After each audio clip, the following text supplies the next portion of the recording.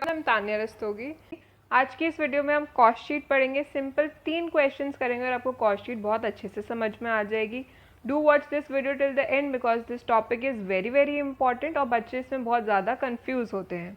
मेरी previous video introduction to cost accounting part 2 में हमने एलिमेंट्स ऑफ कॉस्ट पढ़ा था और मैंने आपको उस वीडियो में भी बताया था कि ये आपके कॉस्ट शीट में काम आएगा। सो हम पहले इसी टॉपिक को रिवाइज कर लेते हैं। एलिमेंट्स ऑफ कॉस्ट में हमने पढ़ा था कि किसी भी प्रोडक्ट को बनाने में मेनली 3 चीज़ें लगती हैं या मेनली 3 तरीके का खर्चा होता है। फर्स्ट इज़ मटेरियल, जो भी सामान लगा है। Then is labour, the ones who are manufacturing the product या जो बना रहे हैं प्रोडक्ट को। एंड थर्ड इज़ एक्सपेंसेस, हमारे और भी कुछ एक्सपेंसेस या खर्चे होते हैं। देन हमने पढ़ा था कि हमारा मटेरियल भी 2 तरीके का होता है, direct material and indirect material. Then labour भी 2 तरीके की होती है, direct labour and indirect labour. And then expenses भी 2 तरीके के होते हैं, direct expenses and indirect expenses.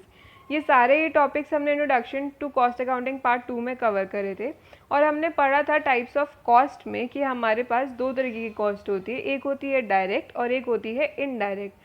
Direct cost क्या होती है? जो प्रोडक्ट से डायरेक्टली रिलेटेड है या प्रोडक्ट में दिख रहा है कि ये खर्चा हुआ है। एंड इनडायरेक्ट कॉस्ट क्या है? इसी का ऑपोजिट, कि जो खर्चा या जो भी हमारी कॉस्ट प्रोडक्ट में नहीं दिख रही है, प्रोडक्ट से डायरेक्टली एसोसिएटेड नहीं है, दैट इज इनडायरेक्ट कॉस्ट। तो हम बोल सकते हैं कि डायरेक्ट कॉस्ट क्या है कि जो भी खर्चा प्रोडक्ट को बनाने में लगा है या फिर मैन्युफैक्चरिंग एक्सपेंसेस हैं, वो क्या है? हमारी डायरेक्ट कॉस्ट है। एंड इनडायरेक्ट कॉस्ट क्या है? जो भी खर्चा मैन्युफैक्चरिंग के बाद हुआ है, दैट इज इनडायरेक्ट कॉस्ट। अगर आपको याद हो, हम फाइनेंशियल अकाउंटिंग में ट्रेडिंग एंड P&L अकाउंट बनाते थे। ट्रेडिंग अकाउंट में हम सबसे पहले डेबिट साइड पे लिखते थे opening stock, then purchases, then freight. And credit side पे हम लिखते थे सेल्स एंड क्लोजिंग स्टॉक। तो ये सारे जो एक्सपेंसेस हैं, ये क्या है? हमारे प्रोडक्ट को बनाने में लगे हैं और इसीलिए हम इन्हें मैन्युफैक्चरिंग एक्सपेंसेस बोलेंगे। देन प्रॉफिट एंड लॉस में डेबिट साइड पे आता है डेप्रिसिएशन, सैलरी, रेंट, ये सब क्या है? हमारे एक्सपेंसेस हैं। एंड क्रेडिट साइड पे हम क्या लेते थे? इनकम्स लेते थे। तो जितने भी एक्सपेंसेस जो हमने प्रॉफिट एंड लॉस में लिए हैं, ये क्या है? हमारे नॉन मैन्युफैक्चरिंग एक्सपेंसेस जो हमारे प्रोडक्ट को बनाने के बाद हुए हैं। देन हमने एलिमेंट्स ऑफ कॉस्ट में पढ़ा कि हमारे पास 3 चीज़ों से मिलके कॉस्ट बनती है, मटेरियल, लेबर, एक्सपेंसेस। मटेरियल 2 तरीके का है, direct material, indirect material. Labour भी 2 तरीके की है, direct labour, indirect labour. And expenses भी 2 तरीके के, direct expenses and indirect expenses. अब मान लीजिए मैं कोई एक प्रोडक्ट बना रही हूँ, लाइक फॉर एग्जांपल पेन बना रही हूँ। तो उस पेन को बनाने में कुछ प्लास्टिक लगा होगा, कुछ रबर लगी होगी, इंक होगी उसकी रिफिल में डालने के लिए।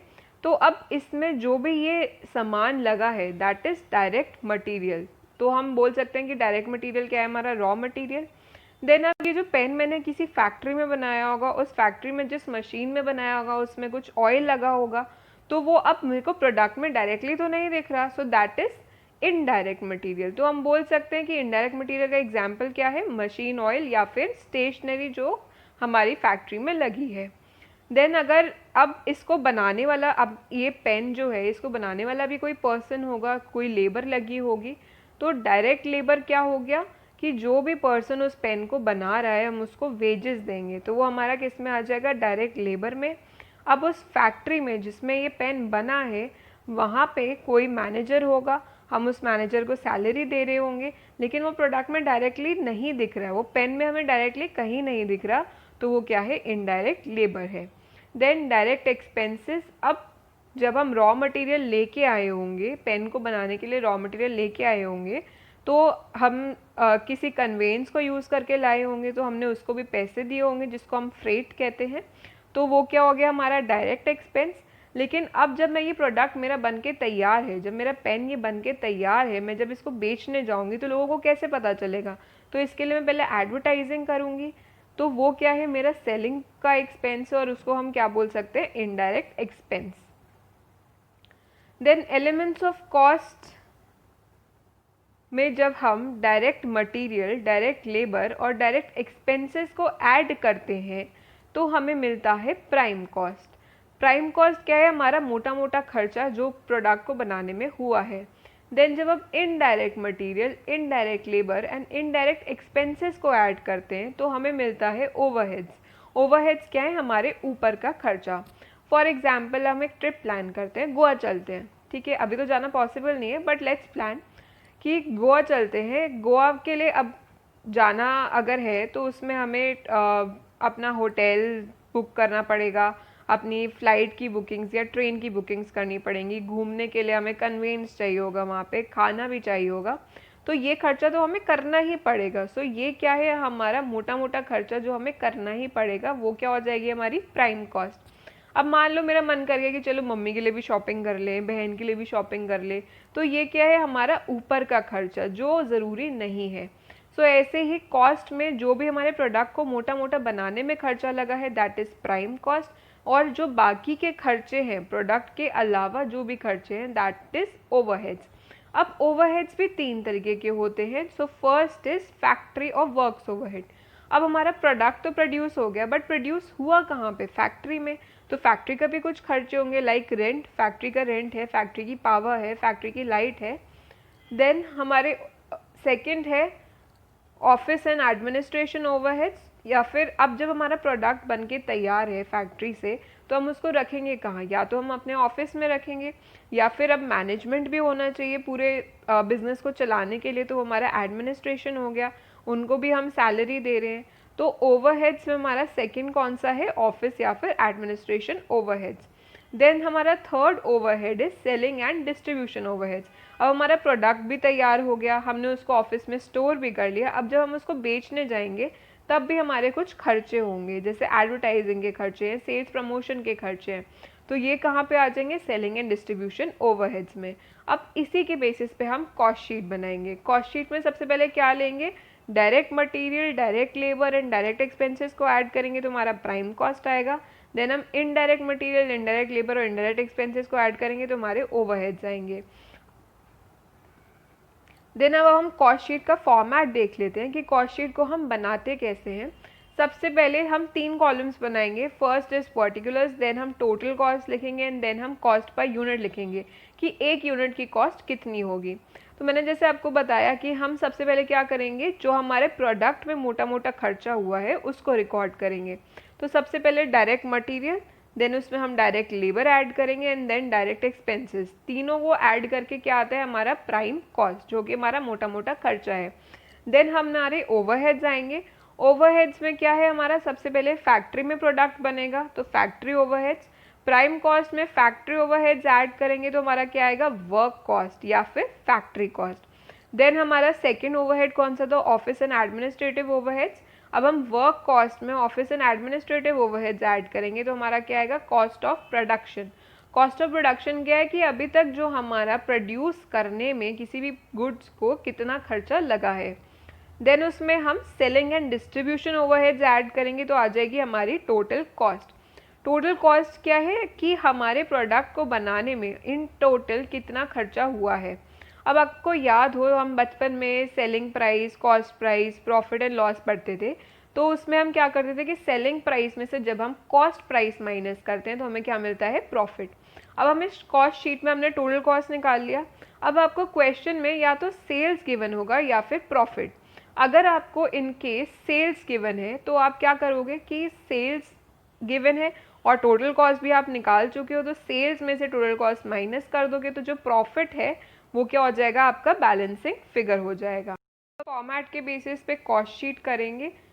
सो कॉस्ट शीट के लिए क्वेश्चन 1 है, from the following information for the month of April prepare cost sheet to ascertain total cost and profit. हमें मंथ ऑफ अप्रैल के लिए कॉस्ट शीट बनानी है जिससे कि हमें टोटल कॉस्ट और प्रॉफिट पता चले। सो हमें पहले गिवन है डायरेक्ट मटेरियल, डायरेक्ट वेजेस, ये दोनों ही प्राइम कॉस्ट में आएंगे। देन फैक्ट्री रेंट हमारा जाएगा factory overheads. Then office rent जाएगा हमारा office overheads. Then plant repairs, plant depreciation, factory heating and lighting, factory manager salary, ये सारे हमारे फैक्ट्री ओवरहेड्स हैं। Then office salary, directors remuneration, telephone and postage, printing and stationery, legal charges, ये हमारे office overheads हैं। Then advertisement, salesman salary, showroom rent, ये सब हमारे जाएंगे सेलिंग एंड डिस्ट्रीब्यूशन ओवरहेड्स में। देन हमें लास्ट में सेल्स भी गिवन है 1,20,000। अब हम कॉस्ट शीट प्रिपेयर कर लेते हैं। तो सबसे पहले हम लेंगे direct material 58,000, then direct wages 28,500। दोनों को जब हम ऐड करेंगे तो हमें क्या मिलेगा, प्राइम कॉस्ट 86,500। देन हम अपने फैक्ट्री ओवरहेड्स लेंगे। First is factory rent 3,000, then repairs and maintenance 1,000, plant depreciation 1,250, heating and lighting 400, factory manager salary 3,000। अब सारे ही फैक्ट्री ओवरहेड्स को ऐड कर देंगे तो हमारा टोटल बनेगा 8,650। हमने पीछे पढ़ा था कि जब हम प्राइम कॉस्ट में फैक्ट्री ओवरहेड्स ऐड करते हैं तो हमें मिलती है फैक्ट्री कॉस्ट या फिर वर्क कॉस्ट। तो 86,500 में जब हम 8,650 ऐड करेंगे तो हमें मिलेगा 95,150, जो कि हमारी क्या है, फैक्ट्री कॉस्ट। देन हम ऑफिस ओवरहेड्स लेंगे। ऑफिस ओवरहेड्स में सबसे पहले salary 1,600, then directors remuneration 1,000, telephone and postage 200, office rent and rates 500, printing and stationery 100, legal charges 300। इन सबको ऐड कर देंगे तो हमारा total office and administration overheads बनेंगे 3,700। हमने पढ़ा था कि फैक्ट्री कॉस्ट में जब हम office and administration overheads add करते हैं तो हमें मिलता है कॉस्ट ऑफ प्रोडक्शन या फिर COP। तो 95,150 में 3,700 ऐड करेंगे तो हमारा टोटल हो जाएगा 98,850। अब हम सेलिंग एंड डिस्ट्रीब्यूशन ओवरहेड्स लिखेंगे। So first is advertisement 1,500, salesman salary 2,500, then showroom rent 1,000। तीनों को ऐड करेंगे तो हमारा टोटल बनेगा 5,000। तो कॉस्ट ऑफ प्रोडक्शन में selling and distribution overheads add करेंगे, हमारी टोटल कॉस्ट आ जाएगी 1,03,850। अब हमारा सेल्स गिवन था 1,20,000, तो 1,20,000 में से जब हम 1,03,850 माइनस करेंगे तो जो हमारा बैलेंसिंग फिगर होगा वो क्या हो जाएगा, हमारा प्रॉफिट 16,150। अब हमारा कॉस्ट शीट का एक क्वेश्चन आता है जिसमें हमें स्टॉक की एडजस्टमेंट करनी होती है। स्टॉक क्या होता है कि जो भी गुड्स हमें बेचने हैं वो क्या है, हमारा स्टॉक है, या जो भी हम प्रोड्यूस करें वो क्या हमारा स्टॉक है। ये 3 तरीके का होता है, raw material, work in progress and finish goods. Raw material क्या है कि जो भी हमारा सामान जिस पे अभी तक कोई भी काम नहीं हुआ है, जो रॉ फॉर्म में रखा है वो क्या है, हमारा raw material. Then work in progress क्या है कि जो भी हमारा सामान जिस पे काम चल रहा है, जो भी हमारा मटेरियल जिस पे हमारा फैक्ट्री में काम चल रहा है वो क्या है, हमारा work in progress. And then finish goods की जो भी हमारा मटेरियल है, जो भी हमारा सामान बन के तैयार है वो क्या हमारे फिनिश गुड्स हैं। अब रॉ मटेरियल भी 2 तरीके का होता है, opening and closing. Work in progress भी 2 तरीके का होता है, opening and closing. And finish goods भी 2 तरीके का होता है, ओपनिंग एंड क्लोजिंग। देन हमारा कॉस्ट शीट का सेम फॉर्मेट रहेगा जैसे अभी हमने पहले किया है, जस्ट थोड़े से चेंजेस होंगे हमारी स्टॉक के एडजस्टमेंट के। सो फर्स्ट इज, अगर आपको याद हो, हमने फाइनेंशियल अकाउंटिंग में ट्रेडिंग अकाउंट करा था, उसमें हमने डेबिट साइड में ओपनिंग स्टॉक, परचेजेस, फ्रेट लिखा था, एंड क्रेडिट साइड में हम क्लोजिंग स्टॉक और सेल्स लेते हैं। तो उसी तरीके से हम यहाँ पे कॉस्ट शीट में opening stock of raw material add करेंगे, परचेजेस ऐड करेंगे, देन फ्रेट ऐड करेंगे और closing stock of raw material less करेंगे तो हमें मिलेगा cost of raw material consume. Then हम direct labour and direct expenses add करेंगे तो हमें टोटल मिलेगा प्राइम कॉस्ट। अब प्राइम कॉस्ट में हम फिर फैक्ट्री ओवरहेड्स ऐड करेंगे, तो अब फैक्ट्री ओवरहेड्स में वर्क इन प्रोग्रेस की एडजस्टमेंट करेंगे, क्योंकि हमारा वर्क इन प्रोग्रेस होता कहाँ पे है, ये हमारा जो काम चल रहा है वो कहाँ पे हो रहा है, फैक्ट्री में। तो इसीलिए वर्क इन प्रोग्रेस की एडजस्टमेंट हम फैक्ट्री ओवरहेड्स में करेंगे। तो ओपनिंग स्टॉक ऑफ WIP हम ऐड करेंगे and closing stock of WIP हम लेस करेंगे, उससे हमें मिलेगा factory cost. Then factory cost में हम ऑफिस ओवरहेड्स ऐड करेंगे, लेकिन जैसे हमने फैक्ट्री ओवरहेड्स में WIP की एडजस्टमेंट करी थी, हम फिनिश गुड्स के एडजस्टमेंट ओवरहेड्स, ऑफिस ओवरहेड्स में नहीं करेंगे, कॉस्ट ऑफ प्रोडक्शन के बाद करेंगे। तो ऑफिस ओवरहेड्स हम फैक्ट्री कॉस्ट में ऐड करेंगे तो हमें मिलेगा कॉस्ट ऑफ प्रोडक्शन। देन हम उसमें opening stock of finish goods add करेंगे और closing stock of finish good less करेंगे तो हमें मिलेगा कॉस्ट ऑफ गुड्स सोल्ड, या फिर कॉग्स भी बोल सकते हैं। देन हम selling and distribution overheads add करेंगे तो इससे हमारी टोटल कॉस्ट आ जाएगी। देन हम सेल्स, हमें दिया ही होगा तो सेल्स में से टोटल कॉस्ट माइनस करेंगे तो प्रॉफिट आ जाएगा, जो कि हमारा क्या हो जाएगा, बैलेंसिंग फिगर। अब इसी के बेसिस पे एक और क्वेश्चन कर लेते हैं। So question 2 is from the following information for the half year ending 31st December 2019 is certain total cost and profit. हमें कुछ information दी हुई है और हमें total cost और profit निकालना है. सबसे पहले परचेज ऑफ रॉ मटेरियल दिया हुआ है, कहाँ जाएगा, prime cost, factory rent, factory overheads, carriage inwards. Carriage inwards क्या होता है कि जब हम सामान फैक्ट्री में लेके आ रहे होते हैं, रॉ मटेरियल लेके आ रहे होते हैं, तो हम उसे कैरियज इनवर्ड्स बोलते हैं. और जब हम अपने फैक्ट्री से सामान जो कि प्रोड्यूस हो चुका है उसको बाहर ले जा रहे होते हैं तो उसे कैरियज आउटवर्ड्स बोलते हैं. कैरियज इनवर्ड्स क्या है, हमारा डायरेक्ट एक्सपेंस, और कैरियज आउटवर्ड क्या है, हमारा इनडायरेक्ट एक्सपेंस है. तो इसलिए कैरियज इनवर्ड्स कहाँ पे आएगा, प्राइम कॉस्ट में. Then other factory overheads, factory overheads है तो फैक्ट्री में जाएगा. Then direct wages prime cost में जाएगा. देन हमें दिया हुआ है स्टॉक 1 जुलाई 2019 रॉ मटेरियल, मतलब कि हमारा ओपनिंग स्टॉक है, फर्स्ट को दिया हुआ है, तो रॉ मटेरियल दिया हुआ है हमारा 20,000. देन फिनिश प्रोडक्ट्स दिया हुआ है, फिनिश प्रोडक्ट क्या है, ओपनिंग फिनिश गुड्स 1000 टन्स दिया हुआ है जिसकी वैल्यू है 15,000. देन हमें दिया है स्टॉक 31 दिसंबर 2019, मतलब क्लोजिंग स्टॉक दिया हुआ है रॉ मटेरियल का 22,240 एंड फिनिश प्रोडक्ट्स का भी क्लोजिंग स्टॉक दिया हुआ है जो कि 2,000 टन उसके क्वांटिटी है और वैल्यू है 32,000. देन वर्क इन प्रोग्रेस 1 जुलाई 2019 4800, opening stock of work in progress दिया हुआ है और closing stock of work in progress दिया हुआ है 20,000. सेल्स हमें दी हुई है 2,99,000 की और एडमिनिस्ट्रेशन ओवरहेड्स दिए हुए 4,000. और हमें बोला है advertising and selling cost are ₹1 per ton. 16,000 tons of commodity were produce during the period. 16,000 tons या फिर 16,000 टन्स ऑफ कमोडिटी हमने प्रोड्यूस करा है और हमें बोला कि advertising and selling cost ₹1 per ton है. तो किसका ₹1 हम किस से मल्टीप्लाई करें, तो सेलिंग कॉस्ट हमारी किस बेसिस पे निकलती है कि जितने भी हमने यूनिट सोल्ड करे हैं तो वो हमें निकालने पड़ेंगे. तो अब आंसर देख लेते हैं. सबसे पहले हम लेंगे opening stock of raw material जो कि है 20,000. देन हम लेंगे purchase of raw material 1,20,000. Then carriage inwards 1440, इसको टोटल आ जाएगा हमारा 1,41,440. देन इसमें से हम closing stock of raw material minus कर देंगे 22,240 का. Then cost of raw material आ जाएगी हमारी 1,19,200, उसमें हम डायरेक्ट वेजेस ऐड कर देंगे 1 लाख के. देन हमारी प्राइम कॉस्ट आ जाएगी 2,19,200. देन उसमें हम फैक्ट्री ओवरहेड्स ऐड करेंगे. सबसे पहले लेंगे हम फैक्ट्री का rent, then other factory overheads 40,000, दोनों का टोटल है 48,000. Then opening stock of work in progress की एडजस्टमेंट करेंगे 4,800, तो हमारा टोटल आ जाएगा 2,72,000. इसमें से हम closing stock of work in progress 20,000 less करेंगे तो हमारी फैक्ट्री कॉस्ट आ जाएगी 2,52,000. देन हम एडमिनिस्ट्रेशन ओवरहेड्स ऐड करेंगे 4,000, तो हमारी कॉस्ट ऑफ प्रोडक्शन आ जाएगी 2,56,000. उसमें हम opening stock of finish goods add करेंगे 15,000, तो हमारा टोटल आ जाएगा 2,71,000. फिर उसमें से हम closing stock of finish goods minus करेंगे तो हमारा टोटल 32,000 माइनस करेंगे तो हमारी कॉस्ट ऑफ गुड्स सोल्ड आ जाएगी 2,39,000. देन हमारे को कॉस्ट ऑफ गुड्स सोल्ड दिया हुआ है 2,39,000, उसमें हम selling and distribution overheads add करेंगे ₹1 के हिसाब से. हमने बोला था कि यूनिट सोल्ड के हिसाब से हम सेलिंग एंड डिस्ट्रीब्यूशन ओवरहेड्स लेते हैं.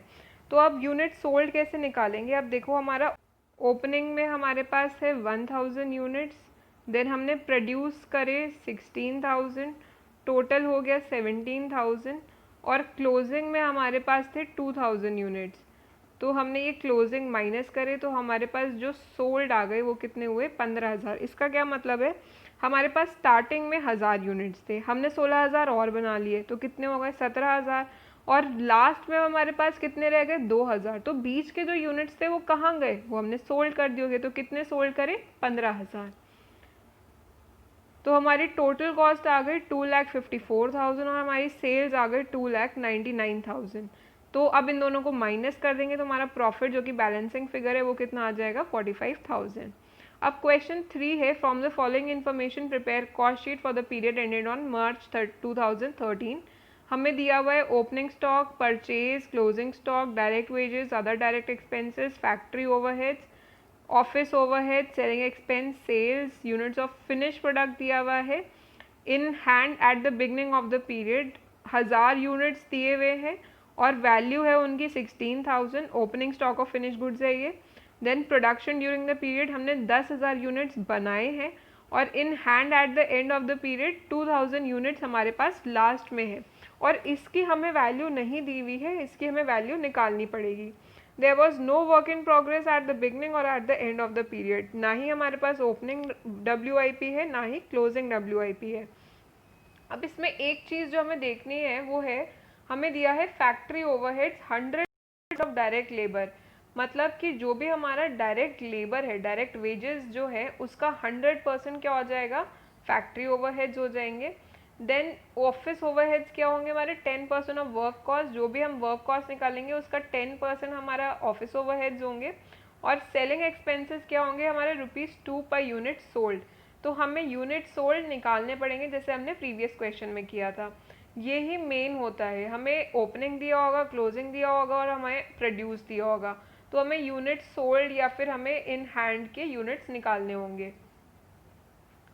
तो अब क्वेश्चन को देख लेते हैं। सबसे पहले लेंगे हम ओपनिंग स्टॉक 10,000, देन इसमें परचेजेस ऐड करेंगे 85,000, देन क्लोजिंग स्टॉक माइनस करेंगे 4,000, हमारी cost of raw material consumed आ जाएगी। Then direct wages 20,000, then other direct expenses 10,000, सबको ऐड करेंगे, हमारी प्राइम कॉस्ट आ जाएगी 1,21,000। देन फैक्ट्री ओवरहेड्स हमें दिया हुआ था 100% ऑफ डायरेक्ट लेबर, लेबर हमारी कितनी थी 20,000, तो उसका 100% कितना हो गया 20,000। देन आगे हमारी factory of work cost 1,41,000। Then office overheads हमें बोला हुआ था 10% ऑफ वर्क कॉस्ट, तो 1,41,000 हमारी वर्क कॉस्ट है, उसका 10% 14,100 ऑफिस ओवरहेड्स हो गए। दोनों को ऐड करेंगे, हमारी कॉस्ट ऑफ प्रोडक्शन आ गई 1,55,100। देन उसमें opening stock of finish goods हमें दिया हुआ है 1,000 यूनिट्स, जिसकी वैल्यू है 16,000। उसमें से हम closing stock of finish goods, अब closing stock of finish goods के हमें यूनिट्स दिए हुए थे 2,000, लेकिन हमें ये नहीं दिया हुआ था कि इसकी वैल्यू कितनी है। तो वैल्यू निकालने का एक फॉर्मूला होता है, क्या होता है, cost of production divided by units produced. Cost of production हमारी कितनी आई है 1,55,100 डिवाइडेड बाय हमने कितने यूनिट्स बनाए थे 10,000, दोनों को डिवाइड करेंगे और जितने हमारे क्लोजिंग स्टॉक के यूनिट्स हैं 2,000 उससे मल्टीप्लाई कर देंगे, तो हमारी फिनिश गुड्स की वैल्यू आ गई 31,020 रुपीज़। फिर हमारी कॉस्ट ऑफ गुड्स सोल्ड आ जाएगी 1,40,080, उसमें हम selling and distribution overheads add करेंगे। अब सेलिंग एंड डिस्ट्रीब्यूशन ओवरहेड्स उसने बोला था 2 पर यूनिट सोल्ड। अब यूनिट सोल्ड कैसे हमने निकाले, क्या, तो ये देख लेते हैं। हमारे पास सबसे पहले ओपनिंग स्टॉक में थे 1000 यूनिट और हमने बनाए कितने 10,000 हमने और बना लिए, तो ओपनिंग हो गया हमारा 1000 और 10,000 और बना लिए, तो हमारा टोटल हो गया 11,000। अब 11,000 में से हमने कितने हमारे पास लास्ट में रह गए, 2,000 हमारे पास लास्ट में रह गए, तो अब ये जो कितना आ गया हमारा बैलेंस 9,000। अब ये 9,000 का क्या मतलब है, ओपनिंग में हमारे पास थे 1000 यूनिट, हमने 10,000 और बना लिए, मतलब कितने हो गए, पहले से हमारे पास 1000 थे, 10,000 और बना लिए तो कितने हो गए 11,000, लेकिन लास्ट में हमारे पास कितने बचे, सिर्फ 2,000।